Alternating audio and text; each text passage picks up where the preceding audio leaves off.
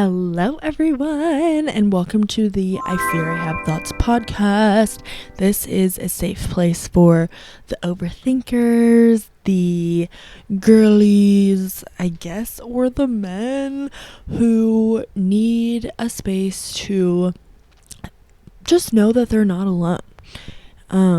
If you're in your head and you like to listen to podcasts to kind of get out of your head or get in your head in a more productive manner, then this is the perfect place to be, because something I like to talk about a lot is mental health and struggles and just overcoming certain mental health obstacles. And today I want to talk about anxiety as a whole. I feel kind of nervous to talk about this a little bit. Not uncomfortable, but just I used to talk about my anxiety a lot because it was something that I used to actively battle. And after years and years of being on and off in therapy, after trying various different medications, after getting older and having changing circumstances, I am much better than I was before, and honestly kind of feel like a whole nother person. But it is a scar that stays with me and something that I do struggle with, but nowhere as actively as I used to struggle with anxiety. So today I want to talk about dealing with an anxiety disorder, but more specifically being a young kid or young female struggling with anxiety. I hope that my video can reach the correct audience. This is something that I always wanted to kind of make a difference in the world of anxiety, but now I'm realizing that through this podcast I can hopefully make a difference in the talks of mental health. So I want to talk about how to reframe your brain when you are in a very anxious situation, and how to reframe your brain from having a panic attack. There got to a point where, because of changed circumstances in my life, for example, medication and living away from home, having my own space and not living with my family, as well as having years of therapy and experience to lean back on, and medication that's like helped stabilize my anxiety, I learned that you can, if you know how, prevent yourself from having a panic attack. My dad used to send me like links to things, and it was like 10 ways to get a panic attack to stop, and it was like crunch ice in your mouth and eat a sour candy and like box breaths, which box breaths actually do work well. Doing 4 breaths in, holding it for 4, and then exhaling for 4. Those do work pretty well. But before you start your breathing techniques when trying to intervene with a anxiety attack, it is important to reframe how you are seeing the situation. So, for example, say you are having a panic attack, you feel it coming on. You are just about to meet a friend in a very public spot, and your friend flakes on you. When you just got there, you didn't even want to go, but you went for her anyway because you're a people pleaser. and you took the time to get ready, you did your makeup, you picked out your outfit, you spent gas money on getting there. You get there and she's like, hey girl, so I actually can't make it today. Obviously you're not gonna have a great reaction to that. Like, that's really annoying. But say you have a trigger with flaky people, or you have a trigger with being stood up or rejected or left alone in public.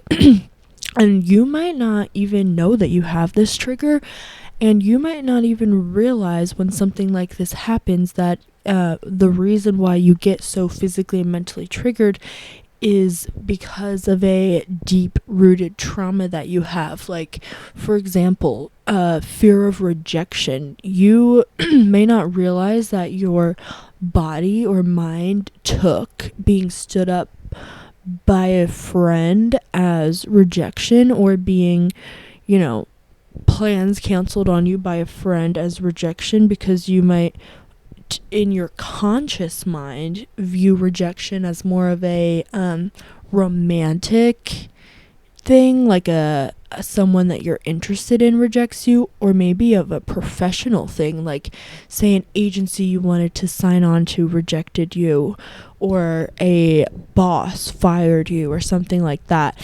Something that caused emotional damage to you in the past, something that triggered you in the past, becomes its own new trigger. It's stored in your brain. So when something that ejects emotions similar or the same to that moment occurs and pop up, your body kind of goes back into that mode. So understanding, like, this is a trigger. I didn't choose to feel this way. This is something that helps me a lot, and also helps me in my relationship, because sometimes something triggers me and I have a bigger reaction than what I needed to have, or what you would think I would have. And being able to take accountability, like, I can admit it's hard for me to admit that I am wrong, and that is because of traumas that I have. And that's something that I try to work through. But something that's made that easier for me, and something that has helped my relationship communication wise, is recognizing that this is a trigger, and that's why I feel the need to respond the way that I do. Vocalizing that, whether it's a moment to myself and I just say to myself, or to my partner, hey, I'm just feeling super triggered right now. It's not against you. It's just like my body's reaction. I don't want to feel this way. I just need a second. Like, telling yourself or someone else, like, I'm not choosing to feel this way. I just need a second to reframe. And then that goes into the second step. So the first step is just recognizing that it's a trigger. It's not your fault. Of course you don't want to feel like that. Why would you? And then going into step 2, which is reframing it into a positive situation. So I'm going to keep using the same example of, I don't know why I thought of this, but like being left when you're about to have a hangout with your friend, and you were going to meet, say, at a shopping center, and then she leaves you there. And is like, so sorry girl, last minute, like, I can't come. And now you're just standing in public, you feel annoyed, embarrassed, and you get overstimulated, and you feel a panic attack coming on. You've told yourself, it's not my fault, okay? And then you tell yourself, it's not her fault. You never know. Oops, I just kicked my camera. You never know what is going on with someone. You never know what's happening behind closed doors. You never know if she is dealing with her own social anxiety and she didn't want to be in public. There's always a circumstance that changes the perspective. Like, perspective is everything. So you have the ability to be like, okay, maybe she really, for her mental health, like, could not come. And then you can refrain it. Or you could just be like, it's okay. Like, it is a-okay. I can take this time to do something for myself, go on a date with myself, take myself shopping, do something I've been meaning to do, something that I had written down that I should do but never did, something that I saw online and thought was cool but didn't have time for. Now you do have time. And that goes into my third thing is learning a lesson, making it seem like every obstacle is a lesson, is something that will over time make you a more positive person, because you will understand that you go through obstacles to learn lessons to become the best version of yourself, and that's super cool. And once you can get through those stages of understanding, coming to terms, reframing positively the situation, you can come to the train is coming back to the station. It's like a full circle moment. This is what I learned from this. So and so isn't super reliable, maybe, and that's okay. Or maybe they are and they're just going through something, and that's totally fine. That's not personal to you. Like, just check in on them. Not everything has to be personal to you, even if you are involved. And that's a hard thing to learn, but a really important thing to learn. Like, it's probably not as deep as you are overthinking it to be. So remind yourself of that.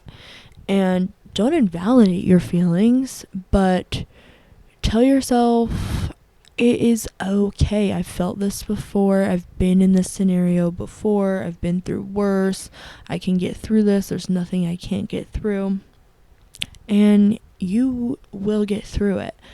But once you feel like you've learned the lesson from the hard situation, it will make you more optimistic when going through issues in the future, and it will make it easier for you in the future to kind of downplay situations in a healthy way that didn't go your way. It will healthily lower your expectations and show you that not everything goes to plan. That's just a part of life, and that's something that we can't change, and that's totally okay.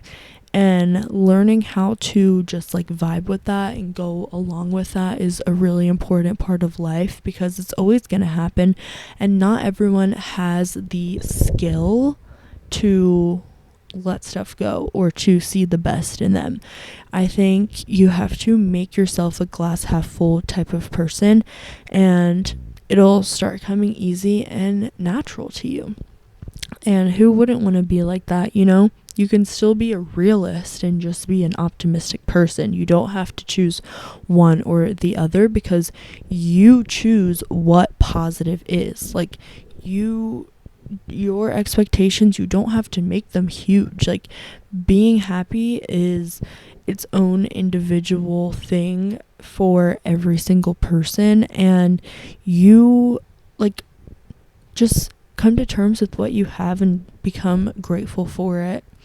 Ground yourself to help you in times of having those panic attacks, and just tell yourself, don't beat yourself up. Just tell yourself you're having a trigger, you're having a moment, it's not your fault. Why would you want to feel this way? No one would put themselves through this or put someone who they love through this, so you're not doing it on purpose, and it's not your fault. Don't beat yourself up again, and your brain is stronger than anything else. You have the ability to reframe the situation and get a lesson out of it that's positive, that you can be grateful for. And I believe that you can do it. And I've done it in times of just really bad mental health struggles, where it's looking back, I'm why was I even that upset about said situation? But I was just in such a bad mental space that it was the end of the world to me.